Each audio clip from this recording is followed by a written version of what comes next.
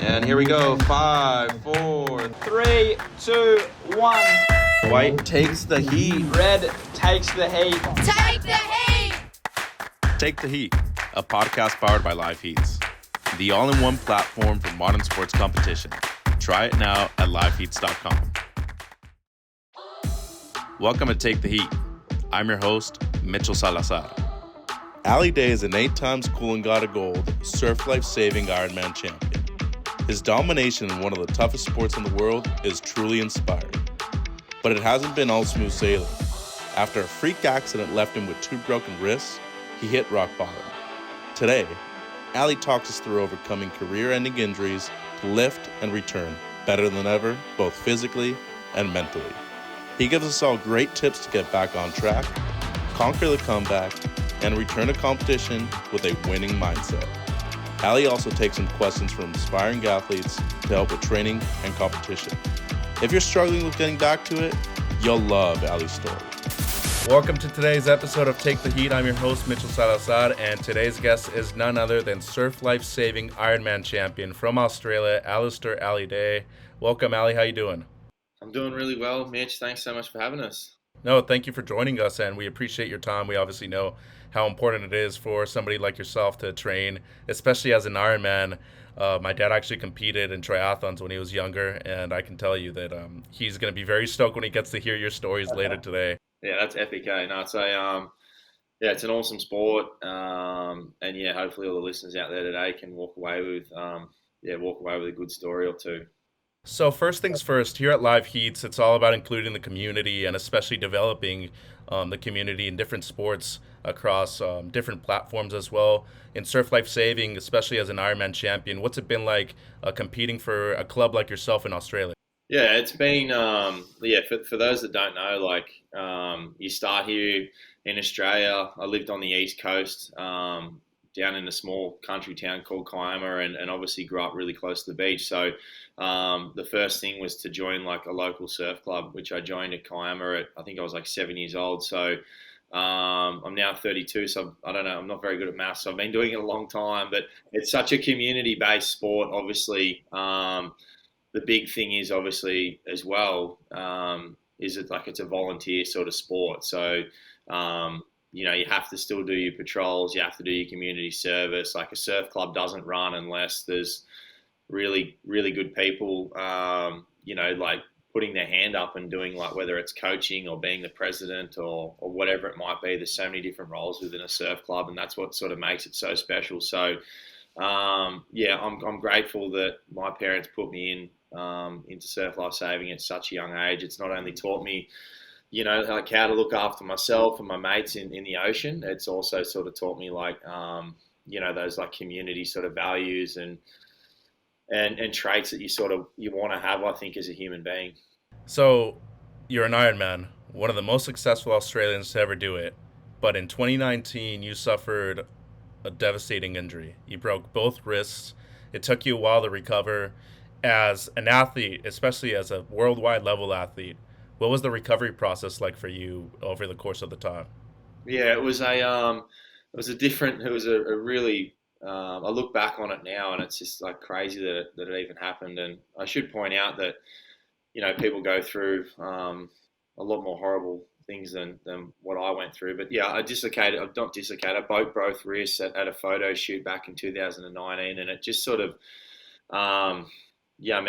physically, I thought that was going to be like the hardest thing to get through, like the rehab and the hours that I'd have to put in to sort of get back and be able to just, even like make a sandwich or like even to drive again. But to even like, get in the ocean and pick up an 18 kilo ski and be able to like have the strength to paddle that and get in like big surf and have the confidence to sort of like, go out in like 8 to 10 foot surf with your board and be able to roll your board and like have that strength to your wrist. So originally I thought that was probably going to be the hardest thing to get through, but it turns out it was probably the mental side of it.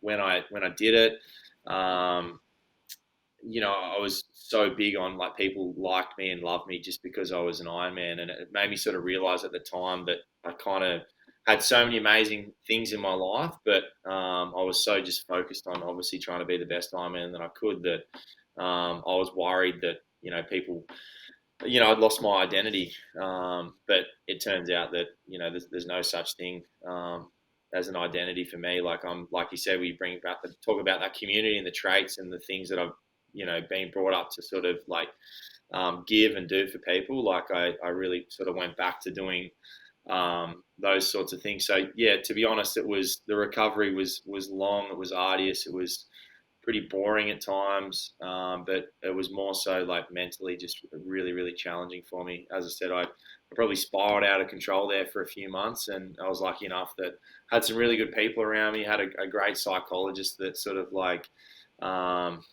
just helped me and talked to me on the phone like a couple of times each week. And I sort of look back on that time now, and I'm actually grateful that it happened, which sounds crazy, I know, but It doesn't. It doesn't though, and I feel especially as male athletes, there's a lot of times where we kind of limit our resources when it comes to that, and mm. it's good that you're talking about that. So if you were to say or give a piece of advice to an athlete that's going through that right now, what's the first thing that you would tell them? I'd 100% just say communicate it with someone that you feel comfortable with. So, obviously, just been recently married, so I was able to talk to my wife. I had obviously my coaches as well that I was able to talk to too. But yeah, obviously, when you feel comfortable enough to talk to someone. But for me, it was like finding someone that was a professional, and yeah, I was able to find someone. I'd worked with her in the past, like for more like sports sort of psychology, and it was kind of like one of those 11th hour calls. I was actually seeing someone here on the Gold Coast, and we weren't just sort of. It's not that we weren't getting along. It's just I wasn't sort of seeing like eye to eye, and we just weren't on the same page, which there's nothing wrong with that. And as I said, I had one of those days where I was really really struggling, and I just, yeah, as I said, I reached out to Lisa, who I hadn't spoken to in a few years, and yeah, I was able to just sort of like, almost just like pour my heart out, sort of thing, and that helps so much. So I'd say to any other person or athlete out there that's going through potentially a bit of a tough time would be just to find someone that you're comfortable with, and just share your story, or just communicate with them about how you're feeling. I'm glad that you bring it up because mental fitness and mental fortitude, huge thing in sports, and especially right now with social media and everything too. A lot of people get down on themselves. And you also work with a foundation called Gotcha for Life. And how has that foundation helped not only yourself but other people around you too? Yeah, it's an amazing foundation to be a part of. It's something I'm obviously really proud of now. So when Gus approached me a few years ago, I actually met him through the guys at Earl at Shore and Partners, who's obviously my main sponsor, being an Ironman. And when they reached out and said, "Hey, did you want to be an ambassador?" It was like obviously a no-brainer. I'd just been through like the worst time mentally in my life. So yeah, being a part of that, it's obviously something I'm really proud of. Because I'm a living example of someone that really struggled. But I mean, it's helped so many people. I think that foundation, and again, it's something I'm really passionate about talking about, and I'm glad that you brought it up today too. So, as I said at the start, hopefully, people at home can look up Gotcha for Life. They do some amazing things, and they've supported a lot of people. Yeah, it's definitely a touchy subject for a lot of people. But I feel that the more and more we talk about it, the less stigmatized it is, and the Correct. less stigmatized it is, more people are actually going to reach out and want to do that. Don't you think? Yeah, I think it's getting a lot more. I think particularly throughout COVID, like people, it sort of like really ramped up, and it's foundations like Gotcha for Life, and that sort of really help preempt that sort of stuff and bring it out. So there's some amazing other foundations out there as well, and Gotcha for Life 100% is like leading the way. And I think it's great. You go on social media now, and there's a lot of people out there like just trying to do good for the people out there that are struggling, which is just bloody awesome, I think.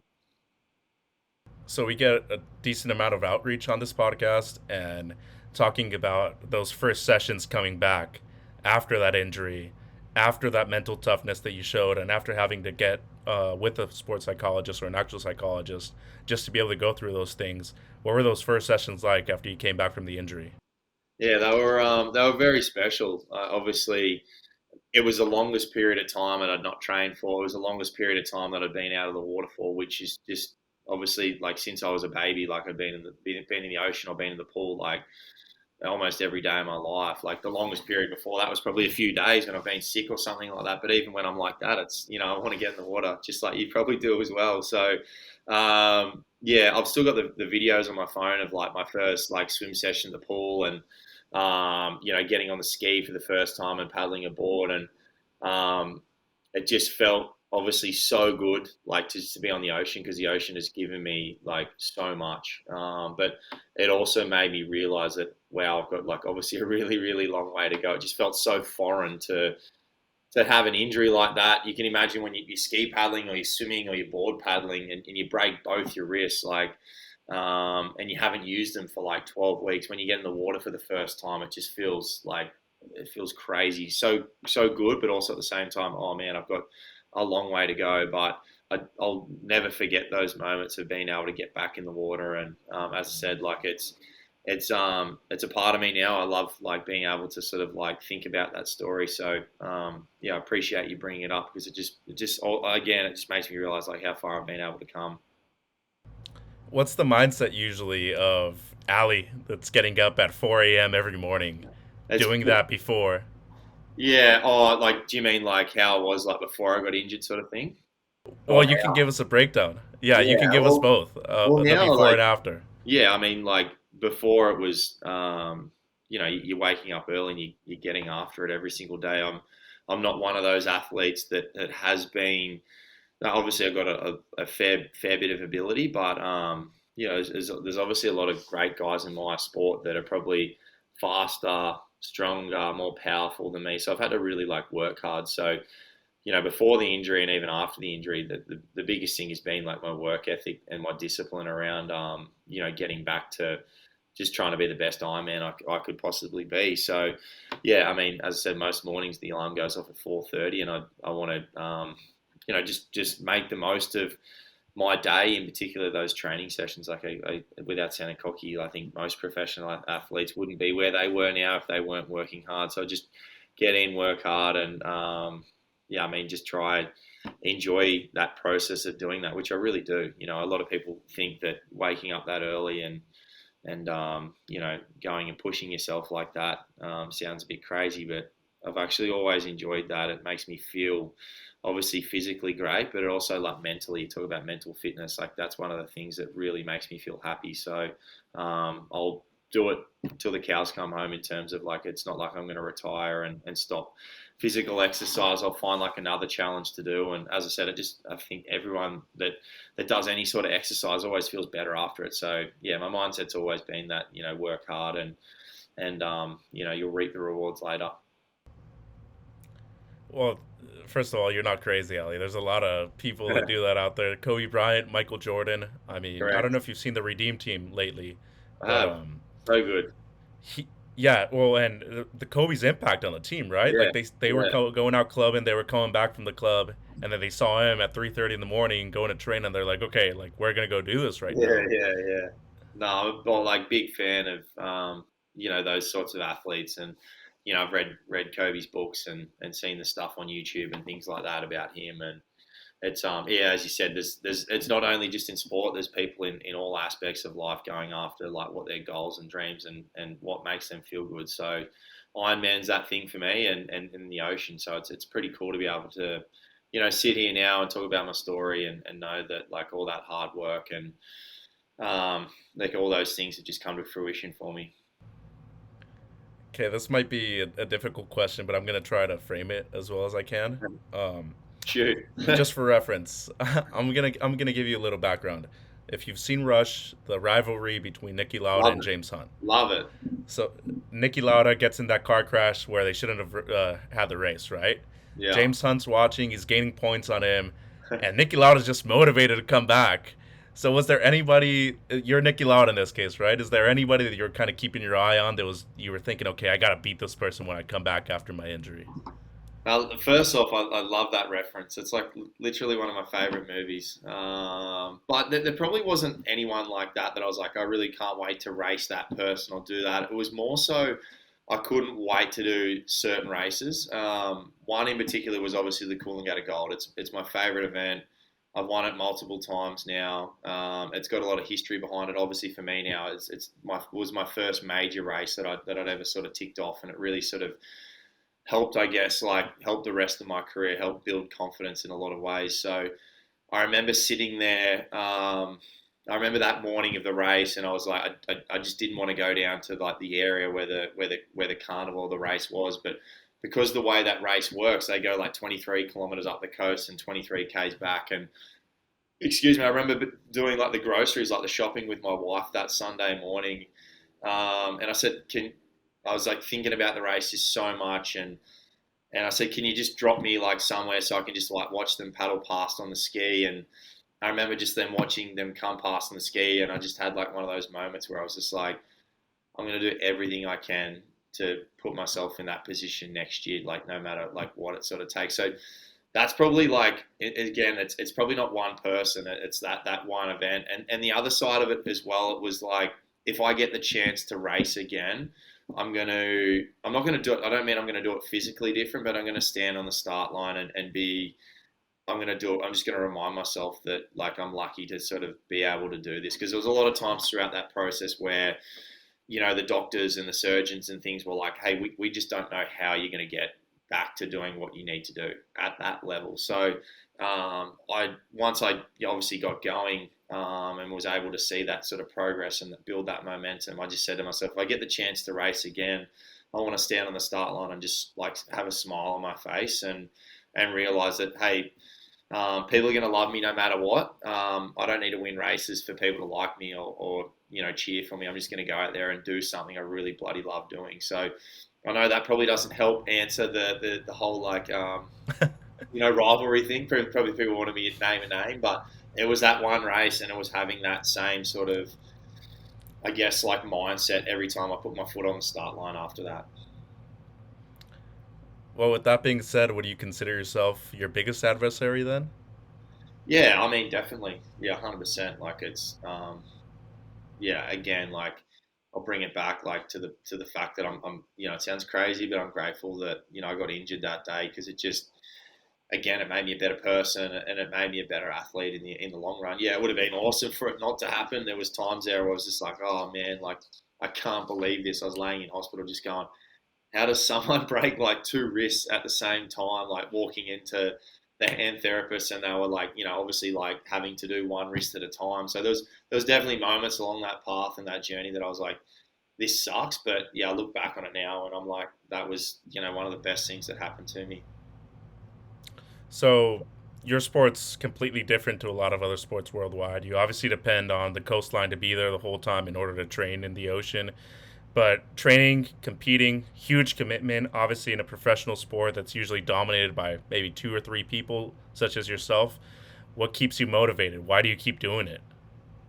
Yeah, I think there's like a couple of different like areas that like I obviously get my inspirational motivation from. I think for starters is what I just said. Like, you know, like at any given moment it could stop, like with an injury or an illness. And I'm 32 now. Like most guys in our sport are looking at like this is your last or second last year. So there's two sort of areas there. Like I want to make the most of it while I can, and I also want to treasure it too, because it can be gone like that. I know what that's felt like. I've missed 2 years with an injury and an illness back in 2014 that I had to sit out. So they're kind of two pretty big motivating factors. And then, I mean, the other areas is my family. Like I've got a wife and a young son that sacrifice a lot for me, that I want to, you know, I want to go out and race well for, and sort of, you know, like Danny, my son, like when I came back from injury, he was just born. So he was like 5 or 6 weeks old. So that was bloody special, like having him there on the beach. And I always just wanted to have that goal of like, I had so many of my idols, and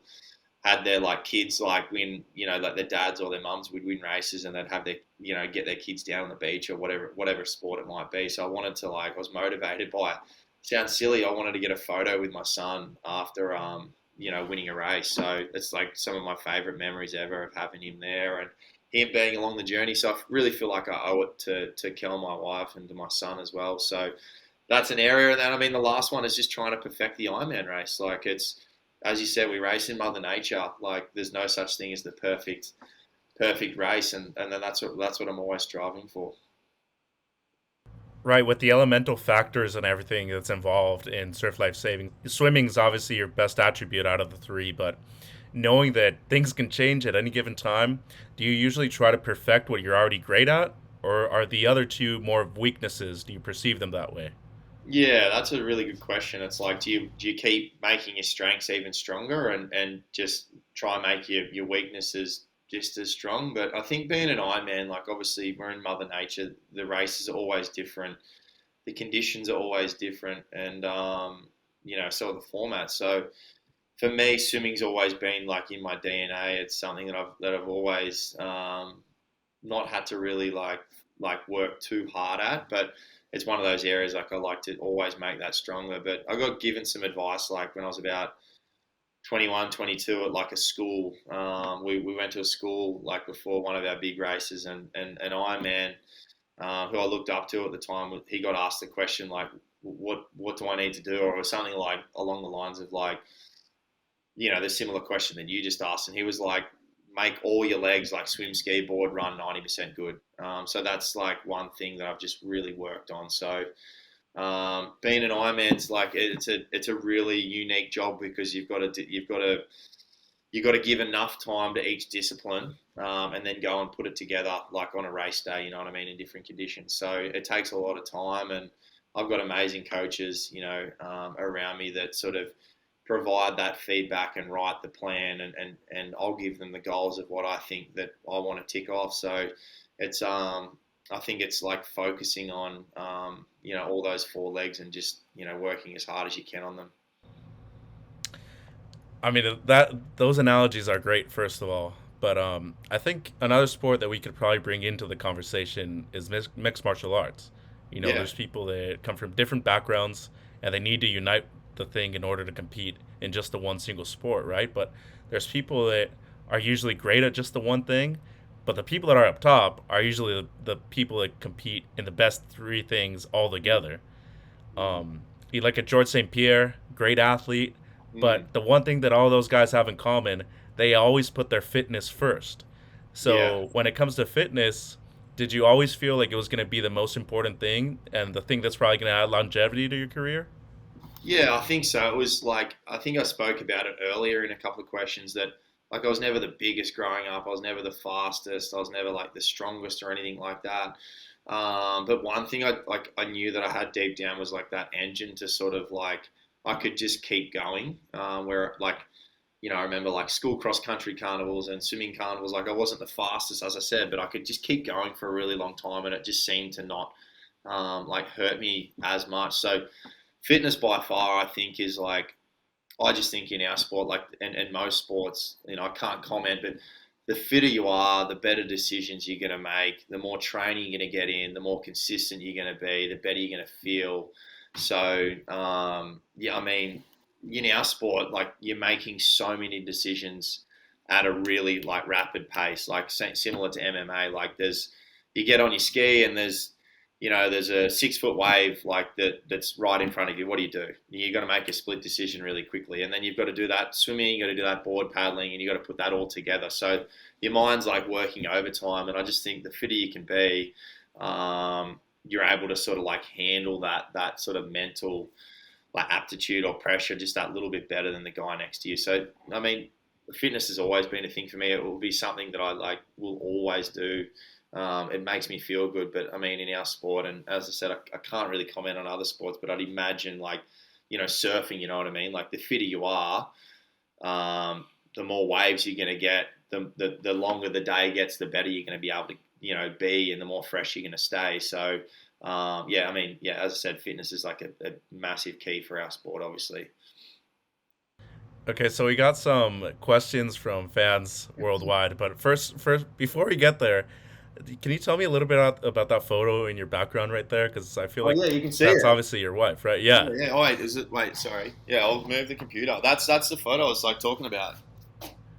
Can you guys see that? Can you see that? that's a rad photo right there. Yeah. That's awesome. So that's like after like my injury. That was my first like race Wow. series back. So as I said, my son's like only I think he's like 5 weeks, like 5 or 6 weeks old, and they're actually able to like in that photo, in a couple other photos, the cup's like that big. I was actually able to like sit my son in the cup. So yeah, it's a very very cool like reminder, like that it's like next to our wedding photo. So it's yeah, just one of those things my wife got me. I think is like maybe like a Father's Day gift, but just one of those moments. It almost makes me emotional saying it now, but the stuff we had to go through in order to get to that moment was just massive, and no one will probably ever like understand it except for Kel and myself. But yeah, it's one of those things that how cool. Like I'll just cherish that moment forever. Hey, is there a motivational factor, Ali, of you wanting to compete alongside your son eventually in a surf life saving triathlon? I'd love to. Yeah, I mean, like it's funny. Like like I'm only really learning like the whole like being a parent thing now and trying to balance that out. But I mean, yeah, you hear the stories and you see the cool things like of just. I mean, I just love to be able to go surfing with him. I'll go swimming with him, and I'm obviously I'd love for him to be and to want to be an Ironman and things like that. But at the same time, if he's not suited to it, I've just got to be really careful that I don't sort of like push him into it. But it's one of those things that I'm obviously extremely passionate about. I know obviously quite a bit about it, and it'd be very cool to be able to at least like yeah do something with him like that. But I'd be pretty stoked, mate. I see.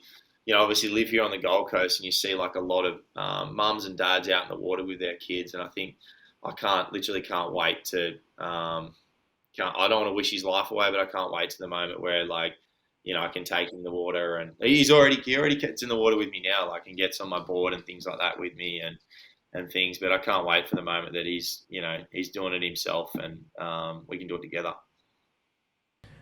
Hey, surf life saving's a generational thing. You have Darren Mercer, Jordy Mercer that have Yeah, been there you go. Yeah, there champions you before go. in the past. Yeah, that's it. That's it. So, obviously, like, yeah, as I said, it'd be really special, and yeah, hopefully this podcast is still going strong. Then you can get him on in like 18 years or something like that. Hey, We'll get him. Hey, yeah, if yeah, it's he'll be 10 or fun 12 then. years He'll be too, perfect.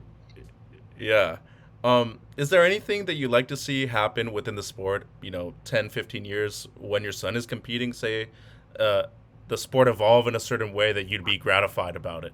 Yeah, I think like there's a lot. Like I've been through like the ebbs and flows of our sport.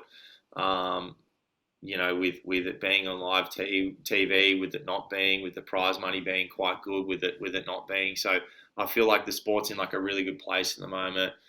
That's a big thank you to like obviously Shore and Partners and my other sponsor Nutrigrain. Like they've been huge in providing that platform for the sport. And if it wasn't for those partners of mine, there wouldn't be a series and things like that. So I'm very grateful for both those companies for putting forward like that. But in terms of how do we make it better? It's just I just think people all over Australia and the world, like when they see Ironman racing or Iron Women racing, like they love it. You know what I mean? They love seeing us get smashed in big surf. They think it's exciting. It's just getting enough eyeballs on it. So I mean, for the future, for all the kids out there now that are growing up and that are like they're in their 20s, like I really hope that they get the platform to race on, and whether that's more races, more prize money, being on live TV more and creating a really big profile for those guys.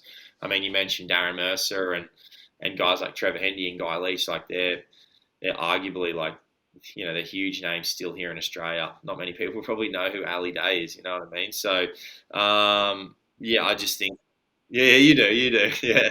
But I just love for the sport to just get bigger and bigger, like it used to be. And I really think that, like I said, with Shore and Partners and people like that on board, I think it can be in the future. Well, and obviously now we have Liveheats doing their thing over there in Australia Amazing, too, and worldwide as well. amazing. Yeah, they've just done. Yeah, live heats have been great. Like it just making our sport more streamlined, more professional. Um, it's hard to put into words like how great that like obviously has been for our sport. So we keep having things like that. I have a good feeling that it's only going to grow and grow and grow, which is great. Isn't it crazy though how much technology has impacted not only obviously SLS, but surfing, skating, snowboarding. Like you have live scoring now, and it changes the way you compete basically in the moment. Yeah, it's like it's so cool. Like it's yeah, as you said, like there's parts of technology that I that scare me, but that's like a big part. I think like just for me, you're at a carnival, like you're at Aussies, like our nationals, it goes for like 5 or 6 days, and everyone's got a smartphone now, everyone's got an iPhone, so to be able to pull it out, know what heat you're in, know who your draws against, when the race is going to be on, is so great for like an athlete. And then you look at someone like my parents that are in their like late 60s, early 70s, like instead of going and looking at the paperwork, like they can just like pull out their phones as well. You know what I mean? And look when it starts, who I'm racing, who got through, who didn't get through, when the finals are on. So it's like it's a very good thing for our sport. So yeah, kudos to Liveheats. They're obviously legends for making that partnership happen with Surf Life Saving, which is cool. Hey, you just saved my job right there, Ali. So thank you. I appreciate it. All right, let's go to our questions now. We got some great ones for you today, Ali. Hi, Ali. I'm Joey from Original Surf Club. I'm just wondering, can you tell me what you've done to be so dominant? What do you do differently from others? Yeah, that's a great question, Joey. Yeah, a couple of reasons. One is like that work ethic has been a big thing for me. So like being really disciplined and knowing, like setting goals and just like, I know it sounds cliche, but like there is no substitute for hard work, and that's always been my favorite quote. You just got to, do the work. There's no other way, and I think that's been obviously a really big factor for years and years, and that experience is starting to show now. And it took me a long time to sort of like get to the point where I'm at now. Like I'm 32, and in my 20s, I definitely wasn't, like winning races or wasn't very consistent. So that work ethic was a big thing, and then just lastly, mate, is just surrounding yourself with good people. I've got great coaches and also some really great athletes that I really enjoy training alongside of and really enjoy turning up to work. So if I had to give you some advice, mate, it's just that working really hard and surrounding yourself with good people and good coaches. It's a great answer right there. Maybe the best one we've had so far on our few episodes of That's the pod. That's a good question. It's a good question, eh? All right, let's go on to our second question. Hi, Ali. My name's Zara Green and I'm from Terrigal Surf Club. I'm in the under 15s. And my question to you is, how do you not get all worked up before a race? That's an awesome question, Zara. You take me back to when I was 15 years old and probably doing very similar carnivals and obviously having very similar behaviours to you. Before a race, I used to get really quite worked up and pretty nervous, and I had that for like a long time. There's actually footage of me like throwing up literally before a couple of races. I actually threw up this year, but that wasn't because of nerves. That was because I swallowed a little bit too much, little bit too much salt water. But in terms of like I just think that's like it's so normal. Like being nervous is okay. It's just being able to use like those nerves and excitement in the right way. So for me, how do I get rid of it? I don't try and get rid of it because it's just always going to be there. Like it's just one of those things. But I like to use that energy and use those sort of like those thoughts or emotions and really sort of like turn them around and use them as a positive sort of thing. So the more energy I sort of give towards those sort of negative thoughts, if I'm going to have a good race or a bad race, it's kind of just like, as I said, it's kind of like negative energy and wasted energy almost. So I like to try to turn that thought into, hey, how good is it to be racing down here today? Like I'm going to focus on trying to have a really good start and just trying to like the analogy I sort of use is if I'm the bus driver and I'm having all these thoughts sort of come in, if it's a negative thought, I put that noisy passenger to the back of the bus sort of thing. So and try to focus on like something that I can control. So again, just try not to waste energy on those like those silly thoughts, not silly thoughts because they are silly thoughts that just take you out. And then I think the other thing too, Zara, is just like I do some breathing as well. So it might be some like box breathing, which is like in for 4, hold for 4, out for 4. And that's sort of brings me away from thinking about my thoughts. I'm just all I'm thinking about is my breath. So hopefully that makes sense. It's definitely a really good idea to practice it like at this time of the year. Maybe at some smaller carnivals before you get to the bigger carnivals. All right. Another excellent response right there. You got to write a book now, Ali, okay? Let's go to Callan's question now. Hey Ali, it's Kaylin here from Terrigal Surf Club. I would like to know what size paddle you use and what length do you use in races like the Coolie Gold compared to a normal Ironman race? Cheers. Yeah, another really fantastic question. To answer that, I use a 210 adjustable. So an adjustable paddle means you can put it to different lengths. So I use a race one brasher paddle that's set to 210. As I said, I can take it apart, but for a race like the Coolangatta Gold, obviously it's like 20 Ks, and then that short stuff that we raced in like earlier this year, where it's like 6 to 8 foot. You would think most people would change their paddle size to go a little bit smaller, but I've always just paddled 210. I never change it. Maybe I might change it in the future, but it's just been one of those things, mate, where I've always just stuck to that same length of 210.